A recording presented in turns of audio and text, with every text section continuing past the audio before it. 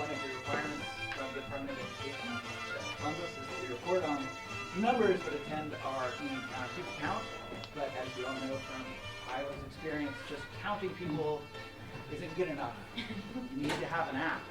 So we actually have an app designed by a company called Shadow Incorporated. So we're very confident.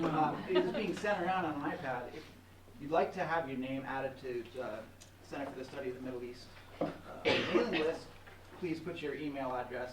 Otherwise, you can just mark yourself as present so that we can count you. Thanks. And if you could also silence your cell phones, that would be appreciated. Our speaker today is Noah ARJOMAND, Dr. Noah ARJOMAND, in his second year as the Mark Helmke postdoctoral scholar in global media development and democracy at IU and the Center for International Media Assistance. He completed his PhD in sociology at Columbia in 2018. Before that, he studied international affairs and Near Eastern studies at Princeton. He is currently revising his dissertation into a book about the roles and strategies of news fixers in Turkey and Syria, which is also the subject of today's talk. This research received funding from the National Science Foundation and Institute for Turkish Studies. And the title of today's talk is News Fixers and International Perceptions of Turkey and Syria. Okay, well, thank you all for coming out today. Thanks, Carl, for the introduction, and thanks to the Center for the Study of the Middle East for hosting this talk. So this is based on what was my PhD dissertation research, which I did in Turkey between 2014 and 2016. It's now got a book in progress about this subject. And so what I was doing in Turkey was interviewing, observing, and ultimately becoming reporters and news fixers. So what a fixer is if you're, let's say you're a correspondent for an international newspaper, something big has just happened in Istanbul, you need to fly in there, you have a tight deadline, maybe a couple days, you need to go, you need to report on the main event, and then potentially you have to fly to somewhere else to cover some other big event within a few days after that. Problem is you don't speak Turkish, you don't know anybody in Turkey, you don't really understand what's been going on in Turkey. So you outsource that to a fixer. So the fixer is kind of your local guide and intermediary who's going to be, a people finder for you. They'll simultaneous translation, they'll arrange logistics, all of these kind of things. They'll provide you background information. In fact, what a fixer does can vary widely. Sometimes they're a bit more like kind of translators. Sometimes they're going out doing their own interviews, sending summaries back to the reporters who hire them, and then the reporters, kind of write up the story, put their names on it. So despite this importance, fixers are generally invisible in the kind of the final product that gets produced, the news story, whether it's for TV, radio, print, whatever. So what I was interested in was kind of how behind the scenes fixers are both shaping the news potentially and also managing this position where basically what's central to their position is being between worlds. They've got to be translating their own country, their own cultures in the broadest sense possible into the kind of the worlds of foreign correspondence. And then likewise, they've got to be translating their clients' requests into local, sound bites and things like this. So in this period, I interviewed people. I ultimately would work myself as a reporter and kind of hire multiple fixers for each story that I worked on. Usually fixers go by this kind of a informal freelance arrangement. And I would see how kind of working with different people, I would end up with getting led in different directions, get different results. And then I also worked myself ultimately in 2016 as a fixer. And I include Syria in this because what became obvious to me as I started to do my research was that more and more coverage of Syria, of the conflict there, was happening from Turkey. It was becoming more and more dangerous to report from inside of Syria. So really, a lot of the coverage was being done both from Istanbul, where a lot of foreign reporters are based, and also from the southern border region of Turkey. So kind of the game plan here is what I'll do is I'll first outline in a bit more detail who exactly fixers are, who becomes a fixer, what fixers do, kind of in both concrete and theoretical terms, and also just touch on kind of some comparative historical analogies we might make, because this position of being the intermediary between worlds isn't new. Then I'll explain kind of what I see as the central problem that fixers face, which is facing conflicting expectations from the different parties that they broker, reporters on the one side and sources on the other. And then I'll explain finally how kind of their management strategies for this central problem of competing expectations in turn shapes the news in interesting ways. So first off, the way that I'm thinking about fixers and their position in journalism, hopefully that's legible from the back, is kind of in terms of what's called gatekeeping theory often in the study of journalism, where the idea is for information, for knowledge to travel from an event where it happens into a final news story, it has to go through a whole chain of intermediaries, from sources to public relations people, through to fixers, and ultimately, to the reporters who give it the final headline and proofreading and things like this. A lot of these positions have been studied. Fixers, not so much. And part of the reason for that is because fixers often are in this very kind of ambiguous role. Are they really journalists? Are they more like activists or PR people? Often because their names don't appear on stories, they often get kind of overlooked. So we can imagine kind of information traveling along this chain. Now, the question of who exactly is a fixer versus a producer versus a translator is actually subject to fierce debate. And I won't really get into that in this talk, but part of what people are doing in the way that they interact with reporters and sources is also signaling, for example, that they're not just a translator, that they're really a fixer and they should be recognized as such by their client reporter, for example. So within this kind of chain of production, you can sometimes see it kind of compressing or telescoping. Sometimes, if the reporter speaks language, has their own context, they might be skipping directly to talking to the sources.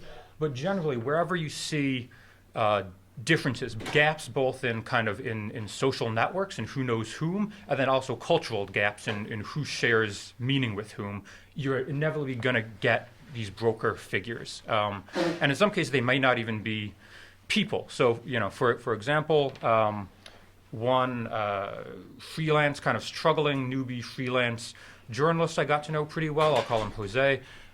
He arrived in Turkey, very ambitious, didn't know people, didn't have the budget to hire a fixer because what he was doing was writing stories, submitting them as it's called on spec. So he'd write a story first without a commission, send it to an editor, hope they gave him a couple $100s for the week or so of work that he had put in.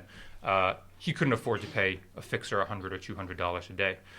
So kind of the solution that he came up with for finding people was to use Twitter very heavily. So he made sure to continually try to follow people who were experts who he could interview. He used the automatic translation function that Twitter provides to substitute for a human fixer providing simultaneous interpretation.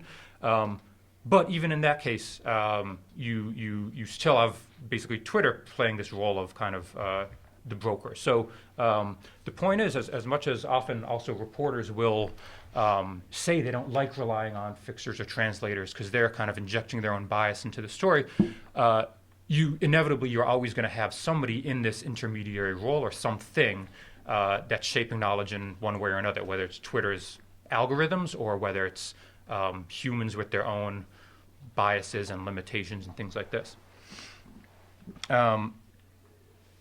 Now, fixers as such, kind of the term fixer is pretty new to journalism and still not that widely known. So when you hear fixer, you might be thinking more like Rudy Giuliani and Michael Cohen, like the Trump's fixers, who, which is more pejorative title, but they actually come from, about a century ago, the same usage.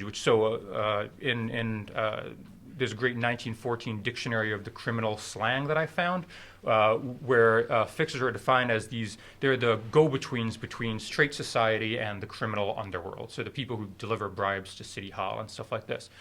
So that kind of meaning survives with Trump's fixers. But it's changed to now be anybody who's this kind of behind-the-scenes intermediary between worlds, and that's the way it gets used in journalism.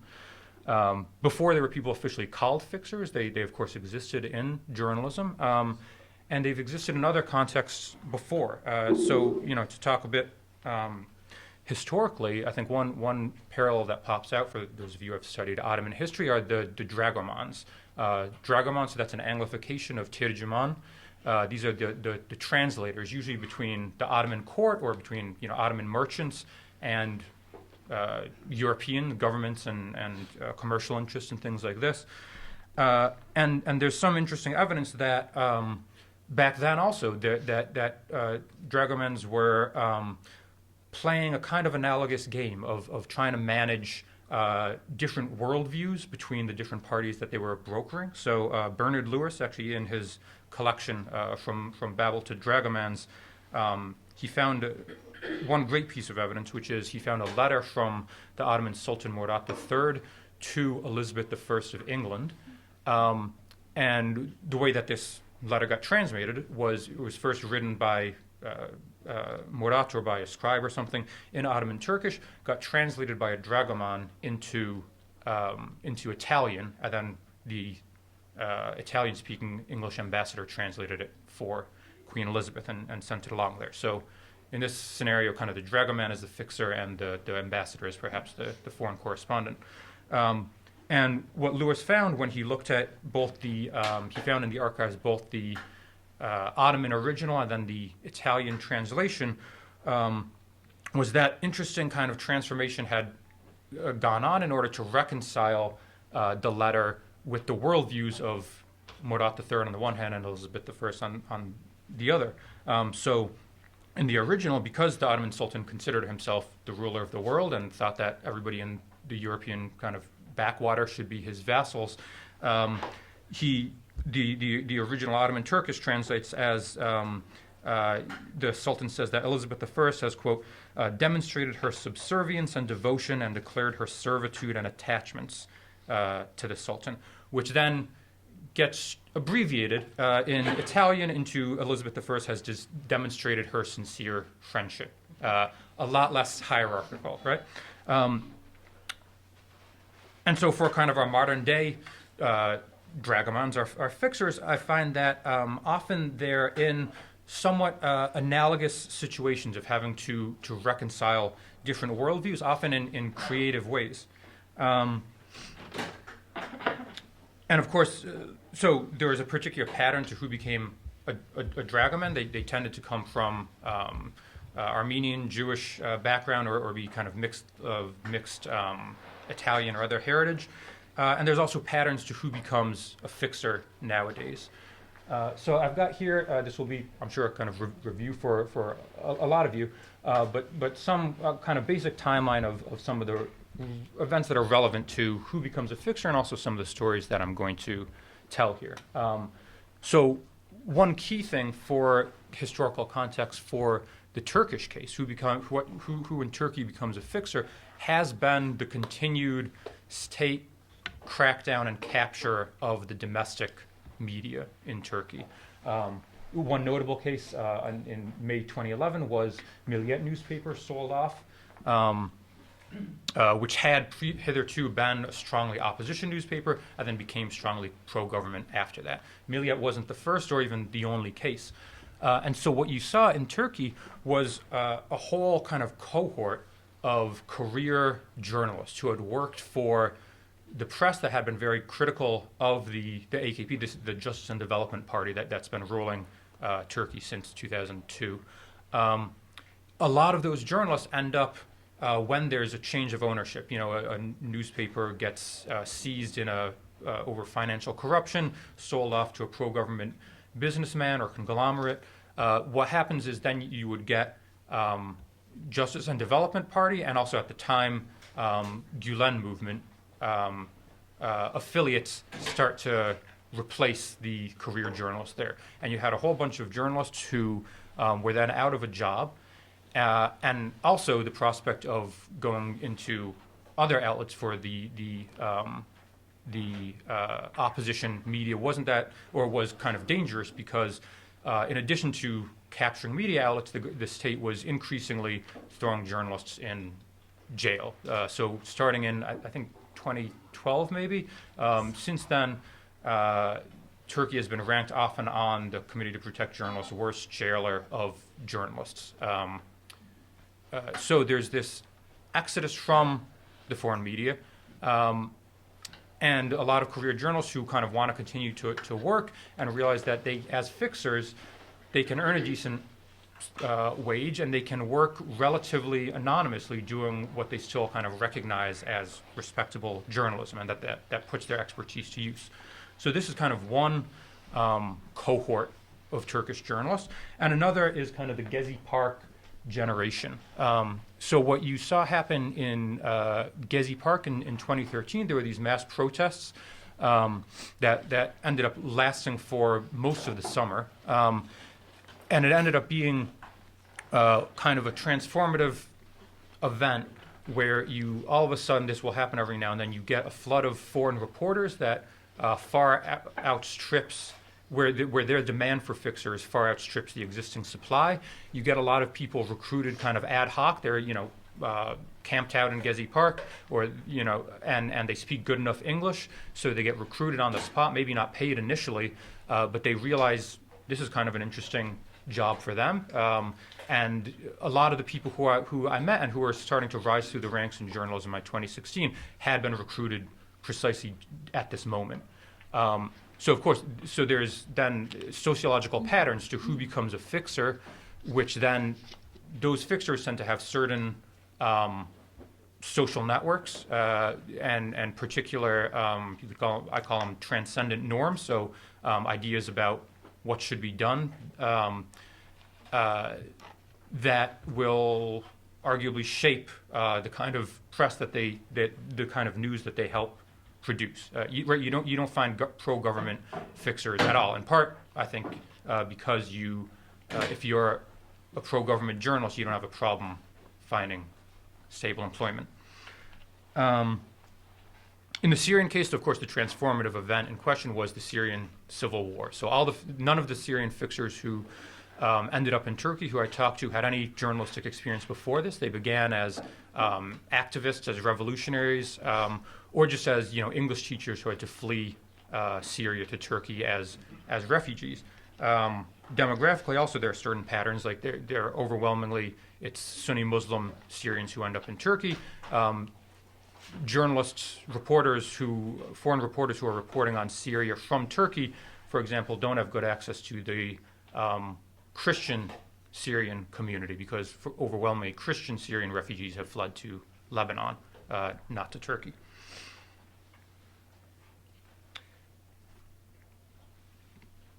So that's a bit of background. Now, as far as kind of what I said was kind of set out as the central dilemma, the central problem for fixers, is that they. So in this diagram, they're represented by the black dots in the middle. So those are the fixers as brokers, and then the parties that they broker are on the left and the right, or there could be groups of people that they broker. So it'd be the source on one side and the reporter on the other. Their problem is these black lines, which represent social ties or perhaps the weight of expectations pulling on them, is that they're being pulled in two different directions, oftentimes. So when I talk about there kind of being these conflicts between sources and journalists, often they're incredibly mundane, but still a source of incredible stress for fixers and how they do their everyday jobs and try to maintain relationships with sources on the one hand and reporters on the other. Because remember, in order to be valuable as a fixer, you kind of need to have a good network of sources, and you also need to have journalists who trust you enough to recommend you to friends and things like this. So as far as kind of the more mundane of these competing expectations, so for example, a reporter is on a tight deadline. They want to meet somebody, maybe at their house, quickly sit down, start asking them the questions they need, extract the information they need, and then they have to run off to file their story because they have to do it by 5 p.m. in time to get it onto the newspaper by the next morning. Sources, by contrast, their expectation might be, okay, I'm inviting you into my house, so let's sit and drink a tea or coffee and get to know each other. I want to ask you some questions as well to know who I'm talking to. And both of them are expecting the fixer to be kind of on their side, even against the other one, in shaping the conversation in the way that they want to. That's one, journalists also, so reporters, particularly for TV, they kind of demand very peculiar forms of speech from sources, right? You have to speak in a tight soundbite in which you mention by name explicitly everybody who's relevant and important. By contrast, that's not the way kind of most of us speak normally, and I think particularly in Turkey. So those of you who speak Turkish, if you've ever read a Turkish newspaper column, the way that political discourse often works is in these incredibly elliptically. You don't name explicitly the person you're talking about. You will find a roundabout way to make your criticism, this kind of thing. It doesn't work too well. It doesn't translate very well into the tight soundbite. So reporters will be pressuring their fixers, like, no, ask them again and have them say the name Erdogan this time in their answers. And fixers are caught between these two expectations. The sources are getting bored or feel like their intelligence is getting insulted or whatever. And it falls to fixers to manage these. Now, insofar as the fixers feel kind of both of these competing pulls equally, they're ambivalent, right? Both of these ties, both of these lines have equal weight. That's not always the case, of course. You can have a bias broker where either their connection to one of the brokered parties is stronger, or they're more densely interconnected with some social network with whom they're brokering, as on the bottom right there. And so you can get hints at that this is the case, often from the way that, for example, reporters complain about the fixers that they work with. So, for example, one case which represents, I think, a more kind of serious and politically significant conflict than do you drink tea or do you not. I can draw on a story here from American reporter. I'll call her Cindy. So this is summer 2015. So Cindy flew from Istanbul, where she was based, into Diyarbakir in eastern Turkey here, covering what was the new outbreak of conflict, renewed outbreak of conflict between the PKK, the Kurdistan Workers' Party, which has been waging an insurgency against Turkey since 1984, and the Turkish state. And she worked with a fixer whom we'll call Nur. And one of the things that they did was they went to an association, an organization that was dedicated to commemorating the PKK's martyrs and also the innocent victims that they said were killed by the Turkish state and things like this. And the conversation, the questions that Cindy wanted to ask threw Nur into the middle of what we could call a strategic conflict. So Cindy really wanted to talk about one thing. The representative of the association really wanted to talk about something different. And the other context here that's important is that at this moment, the PKK was and still is on the American terrorist group list. However, south of the border in Syria, the YPG, which is these Kurdish Syrian militias, which are really an offshoot of the PKK, were getting American military support to fight ISIS. So the YPG were saying, we're not affiliated, we're autonomous, we're a separate organization from the PKK. The Turkish state was saying they're absolutely not, and the United States shouldn't be arming them.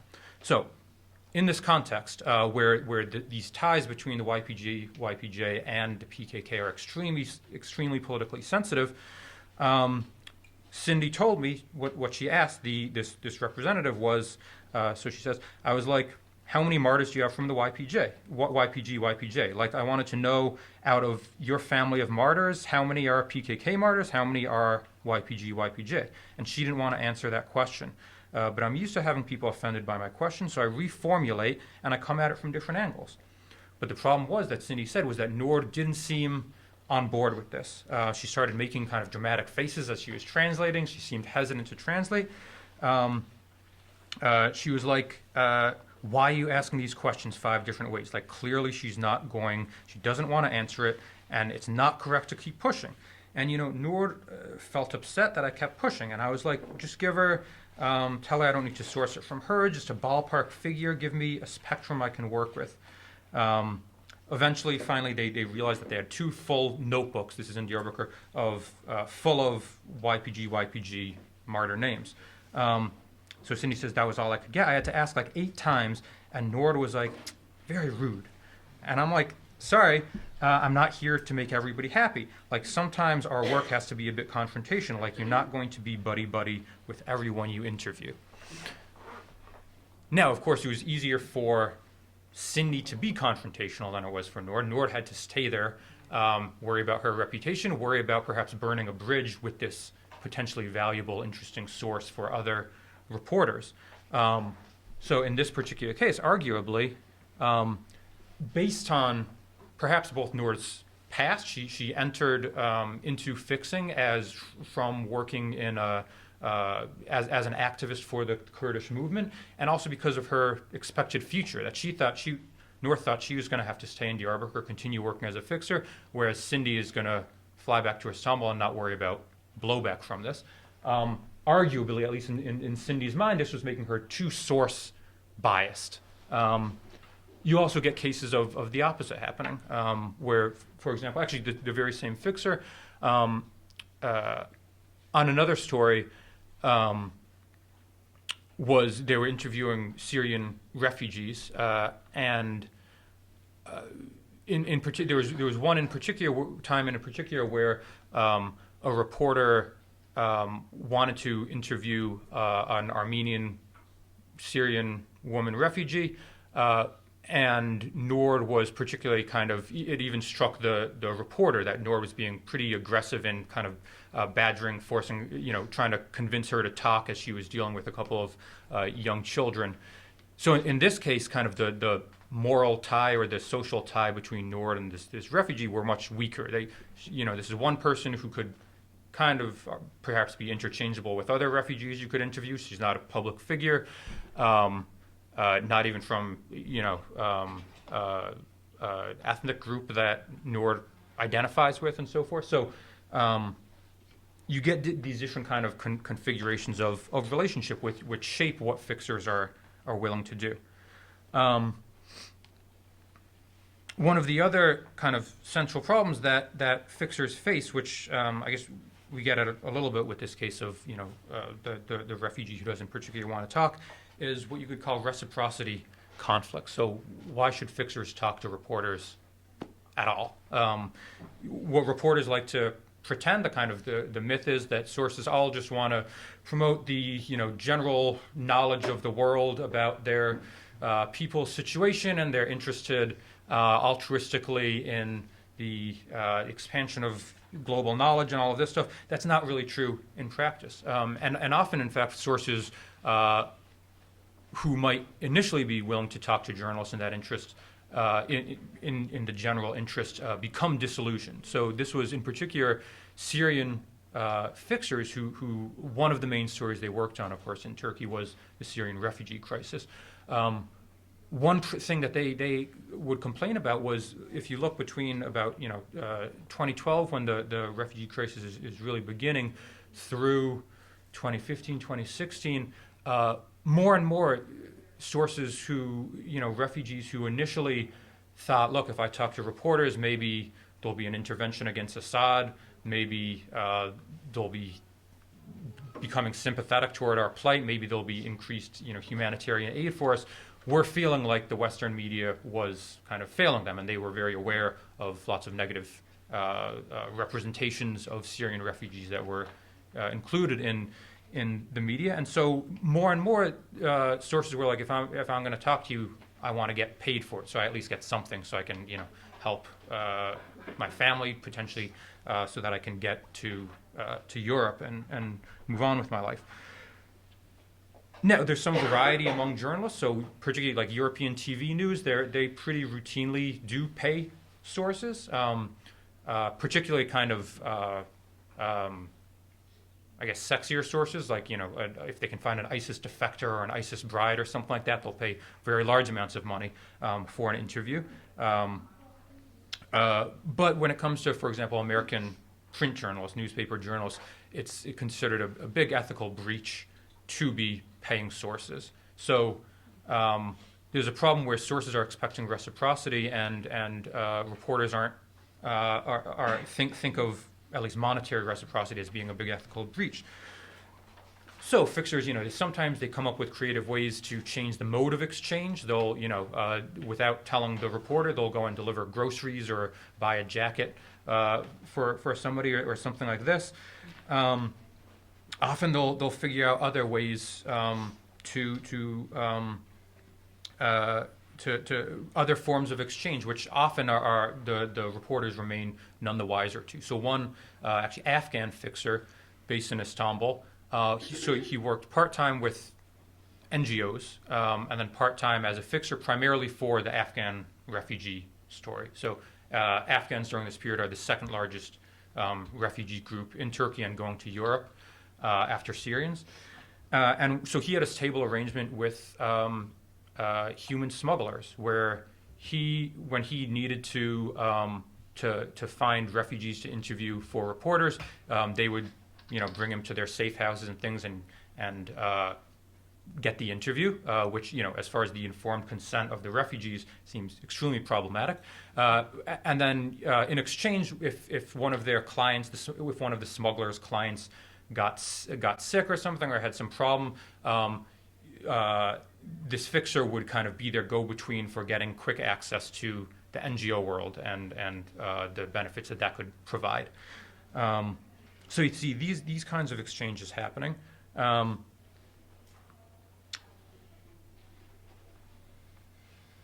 then the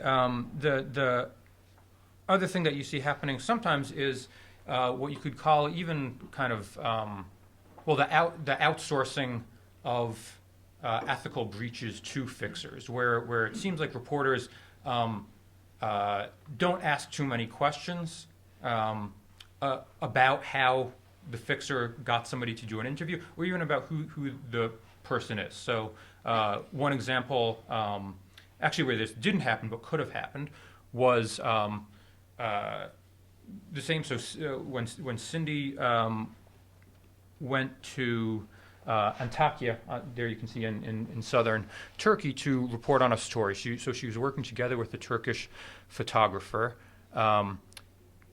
They flew down together. What they wanted to work on was a story that they picked up from the local news, which was that lots of Syrian women were, as a survival strategy, essentially marrying Turkish men, often as their second wives. So because polygamy is illegal in Turkey, this was all informal. They didn't have the legal protections of wives, this kind of thing. They wanted to report this story. They didn't have kind of a fixer who they knew in Antakya with good contacts already. So they got a reference to somebody who his nom de guerre was Jimbo, who they didn't know very well, but promised them, no problem, I'll get you a whole bunch of Syrian wives you can talk to, I'll set it all up. So they arrive in Antakya. They go to, he picks them up with the driver at the airport. They go to this house, and there's a whole row of women on either side, lined up. They get, from the very start, they get a bit of a weird feeling about what's going on. There's one man who remains silent in the corner, kind of glowering at them, who they say is a relative of one of theirs. Eventually, they do the interview. It seems like all of these women kind of have uncannily similar stories, but they all say, yeah, I married a Turkish husband and life is hard and things like this. They do the interview. They have a uncomfortable feeling about this. So luckily, she was with a Turkish photographer, right, who could then go and talk to the neighbors, who confirmed that actually these are not Syrian wives. These were sex workers. The man there was their pimp. And apparently Jimbo had made an arrangement where he had kind of coached them. Okay, here's how you talk through being a Syrian wife. You're going to give the reporters what they need to find, and then presumably he would, split his profits with them or something like this. So this is one of these cases of even to the point of fabricating sources, of finding a way to give reporters what they want while providing sources what they demand. Now, of course, you could imagine how, if they had written that story, that they might have produced news that wasn't, factually accurate, and Jimbo, based on who he selected for them, would have shaped the news in an important way. But I think what we see is all the time, even when there aren't these kind of gross ethical breaches like this, what you see is that these kind of management strategies that fixers have for dealing with the problems of competing expectations are simultaneously transformations of the information that they're transmitting along this chain of brokerage. And this became particularly apparent to me kind of at the micro level when I began, both as a fixer and as a reporter, to record conversations. And then what I would do is transcribe the notes and translate myself, with the luxury of time, the translations, the original statements in Turkish, and then their translations, and compare how things got translated. Any of you who work in translation will know that kind of direct 100% accurate translation is kind of always impossible, right? There are always going to be opaque cultural references. There are going to be things that have a certain connotation in one language or the other, and not the other, that you have to deal with. And so you always with translation are going to see kind of deletions, additions, substitutions of words in order to make things comprehensible to the ultimate receiver of those messages. But what I found was that these changes that happened were never random. In fact, they generally, what the pattern that they followed was that what got left out, what got included, what got substituted, was in the service of turning the original statement of the source into something useful, or that the fixer thought was useful for the reporter.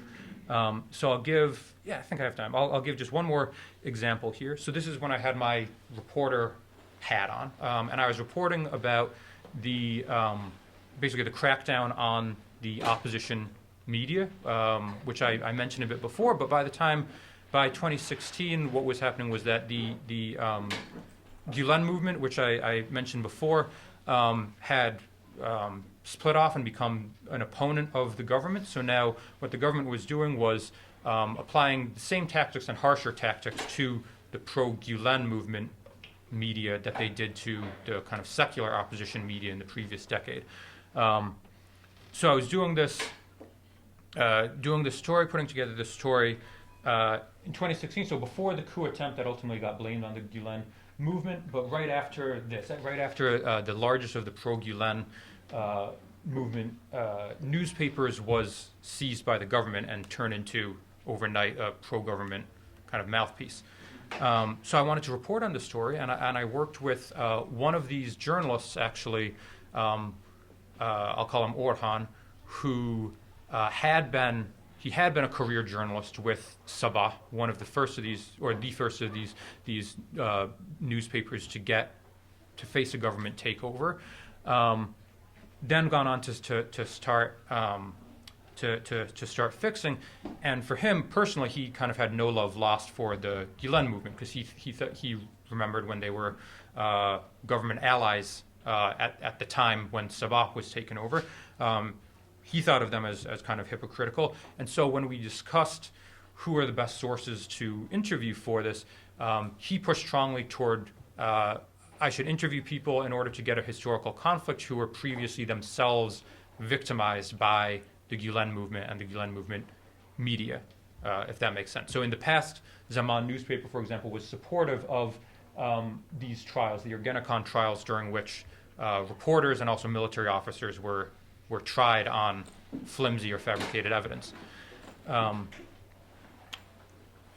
So we went to talk to a journalist, Barış, who had been one of these journalists tried in the Ergenekon trials. And Barış himself was, in fact, within Turkish politics, kind of a fringe figure. He's part of what's called the Ulusalcı faction, so kind of leftists and ultra-nationalists, often affiliated with, anti-Armenian, anti-Semitic sentiment. But for him to kind of work for me, right, as the reporter, Orhan needed him to be a mainstream, credible voice of the opposition, right, to be featured and to provide balance in my article, where I didn't want, to be talking necessarily to some fringe figure. So what happened over the course of the interview, I have just one small example. So this is what you see at the top is the original statement by Barış. Then we have my translation that I did based on the recording later, and then this is how Orhan actually translated it into English. And this was in response to one of my questions, to my question about what he thought of the takeover of Zaman newspaper. So, first of all, to be fair to Orhan, who's translating this simultaneously, this is a tough sentence, right? Kısaca söylemek istediğim şey, Zaman gazetesi hem bu Türkiye'de gazetecilerin tutuklanmasını destekledi, hem siyasi iktidarın karşısındaki herkese yapılan komploluğun bizzat parçası olarak davrandı, hem de bir örgüt yayını gibi ya da devlet için örgütlenmiş bir yapının yayını gibi adeta bu işin öncülüğünü yaptı. That's one sentence. So translating that simultaneously is like is tough, or even translating it retrospectively is tough. But so what we see here, right? So the way he translated it is that Zaman newspaper behaved as a part of the political powers conspiracy against everyone opposed to it, and like an organization mouthpiece or the publication of a structure organized for the state. Played a leading role in this matter, that is, supporting the arrest of him and other journalists. What we notice in Orhan's translation, right, is what gets left out in this process of scrambling to keep up isn't random. What that whole everything in red there, which sounds very conspiratorial, right, gets reduced just to they were the spokesman of a mentality in Turkey, right? So this is a kind of way of reconciling Barış's worldview, if you like, where things happen because of conspiracies within the state, with what Orhan thought was more my perspective, which is that certain people are undemocratic. They have a bad mentality.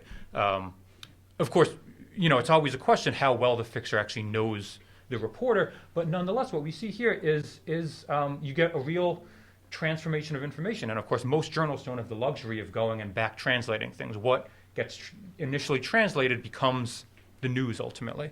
And of course, it might not have made a big difference kind of from an abstract perspective of, I was going to do a story that was criticizing the government for its stance toward the media. That probably wouldn't have changed whether he chose Barış or somebody else to be my interviewee. But it could matter a huge amount for Barış if he gets taken seriously by a foreign publication. I mean, I was writing this for a pretty small magazine, Dissent magazine, which probably doesn't carry much weight in Turkey. But if it was the New York Times or something, for it being seen as the voice of the opposition, that could matter for Barış. And of course, the particular message that he sends me and what becomes international knowledge got very much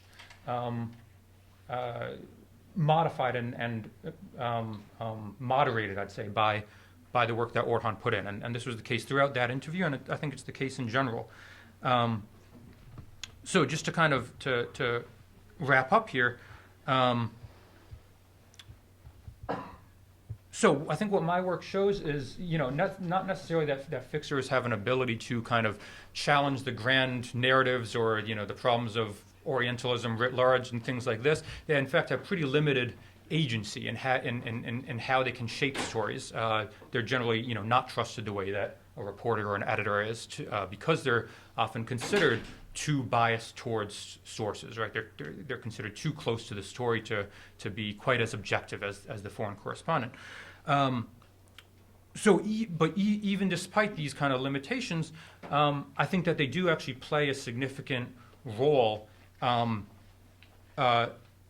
through their mediation of knowledge, which is based kind of both on their own transcendent norms. So Orhan had kind of an axe to grind personally because of his lived experience, and because of the exigencies of the situations they find themselves in, where they have to manage this conflict between competing expectations, competing worldviews. So I think really if we want to understand at a detailed level what becomes news, how it becomes news, we have to actually pay attention to every link along this chain. So that's what I'm trying to contribute to here with bringing attention to the role of the fixers in particular, because they're at kind of a particularly interesting and notable juncture, bridging cultural and social gaps here. So I'll open up to questions now.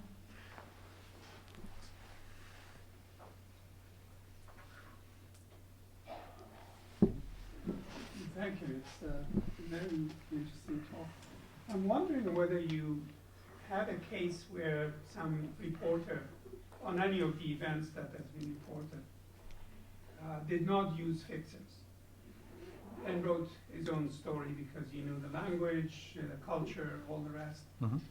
And then others who used fixers of various caliber Mm-hmm. of that knowledge and so forth. And what difference did you detect in the texts that were actually reported? Mm-hmm. And what differences the text reflected that could be explained by the role of the mediator? Mm-hmm. And then, of course, there's not, fixers are not just translators, they're also interpreters. Mm-hmm. And there's a huge difference between the two. I'd like to see your comments on Sure. Yeah, thank you. So there are some rare cases where reporters are writing about a story where they already personally have some connection to it or something like this. Those stories, I think, do tend to be a bit more perhaps nuanced. But even when reporters speak Turkish, it's pretty rare that there'll be some, breaking news or a large-scale event where they actually personally already know everybody involved and already have a great deal of familiarity with their worldview. So, for example, reporting on the Soma, so there was a mining disaster in Turkey in 2014, I believe.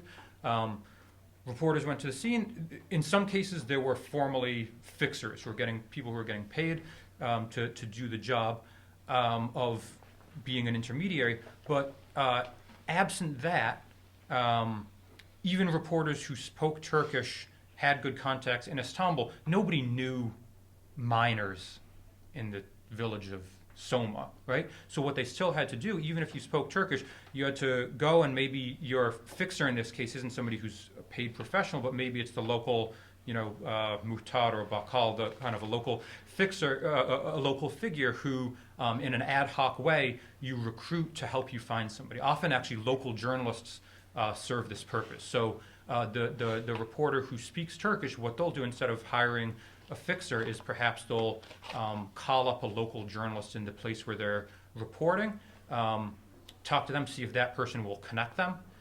But their access and their information is still getting mediated by somebody else, right?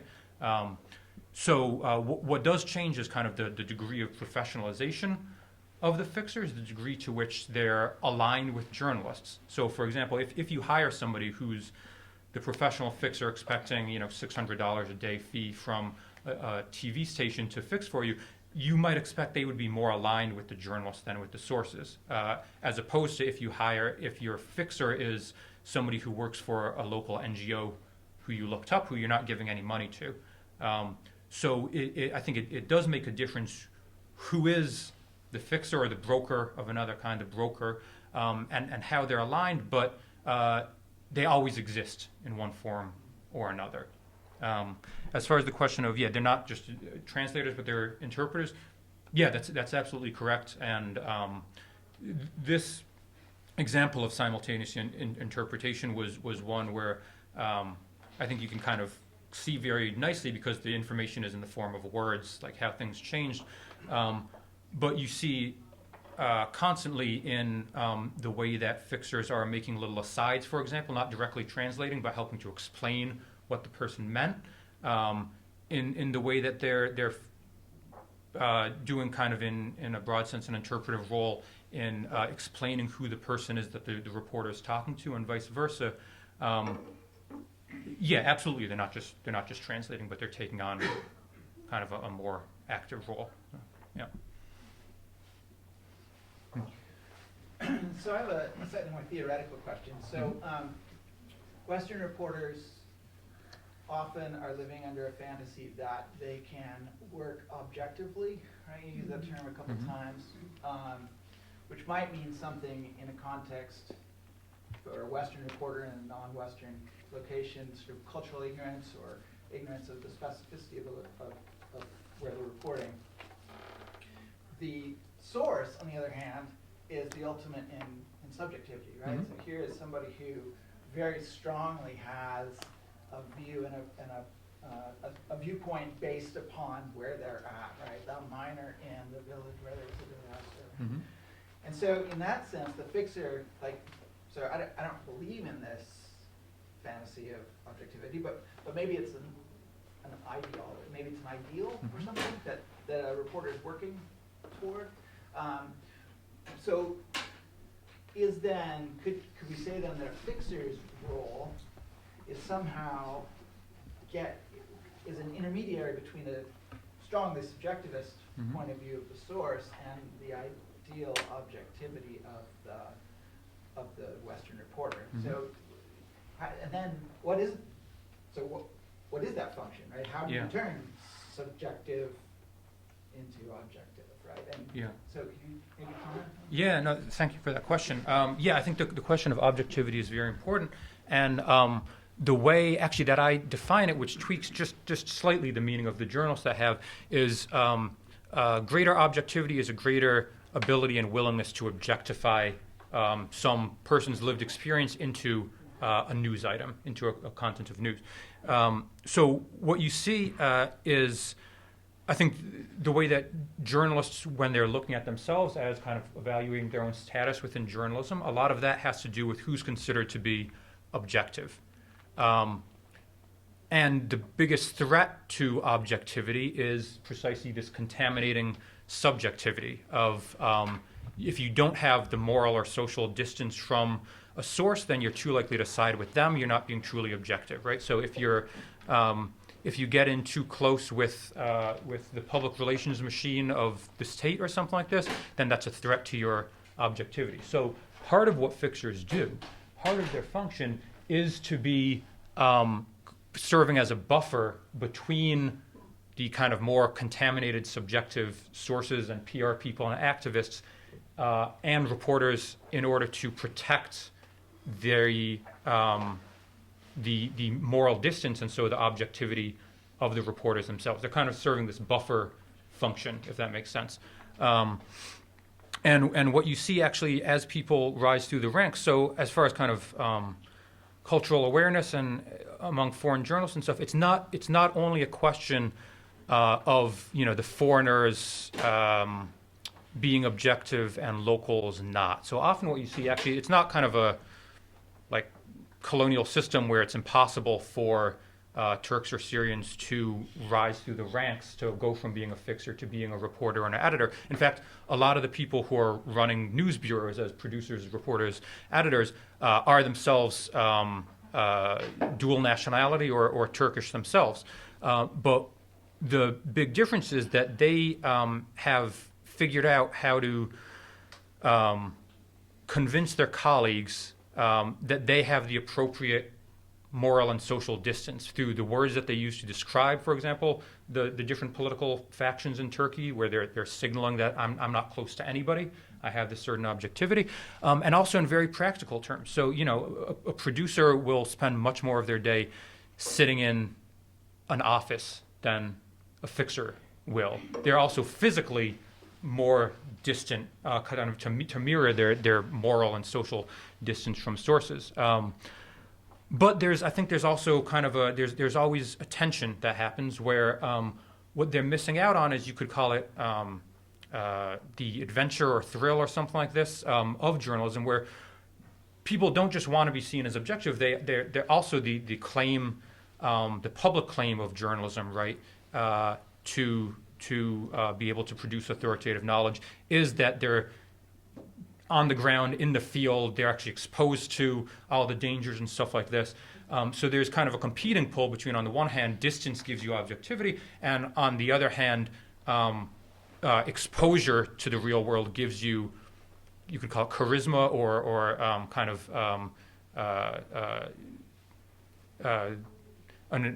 it gives you the adventure that a lot of people seek when they go into journalism to begin with.